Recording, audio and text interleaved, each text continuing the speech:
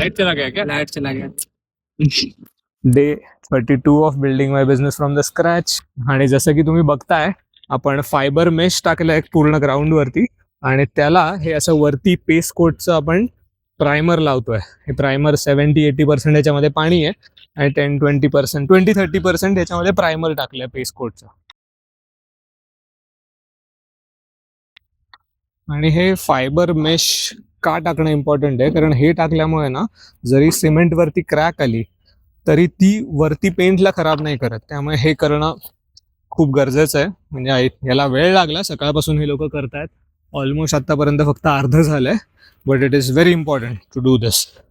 So जसं की तुम्ही मागे बघताय, हे पूर्ण रेडी होतं, बट जे त्यांनी ड्रेनेज सोडलेलं ते थोडंसं त्याची हाईट मॅच होत नव्हती, आणि प्लस इथे पण पाणी साठून राहत होतं, कारण धूळ वगैरे, आणि काल जे त्यांनी ग्राइंडिंग केलेलं 2 दिवसापूर्वी ती सगळी माती तशीच होती, त्यामुळे मग ते लिटरली फोडायला लागलं. सो ही आता एक मिस्टेक झाली, जी नेक्स्ट टाइम लक्षात ठेवीन मी पण, कारण तो जो कॉन्ट्रॅक्टर आहे तो तर निघून गेला, त्याचं काम काल सगळं झालं. आज आम्ही जेव्हा पाणी मारलं तेव्हा मला जाणवलं की ते पाणी राहत आहे. त्यामुळे आता ते पूर्ण फोडून आता खालती घ्यावा लागणार. तो पाईप एक 3-4 इंच पूर्ण खालती घेऊन मग तो स्लूप देणार त्याला. बट ठीक आहे, आता काय एक्स्ट्रा काम झालं, 1 दिवसाचा अजून एक डिले होईल, बट ते करावं लागणार.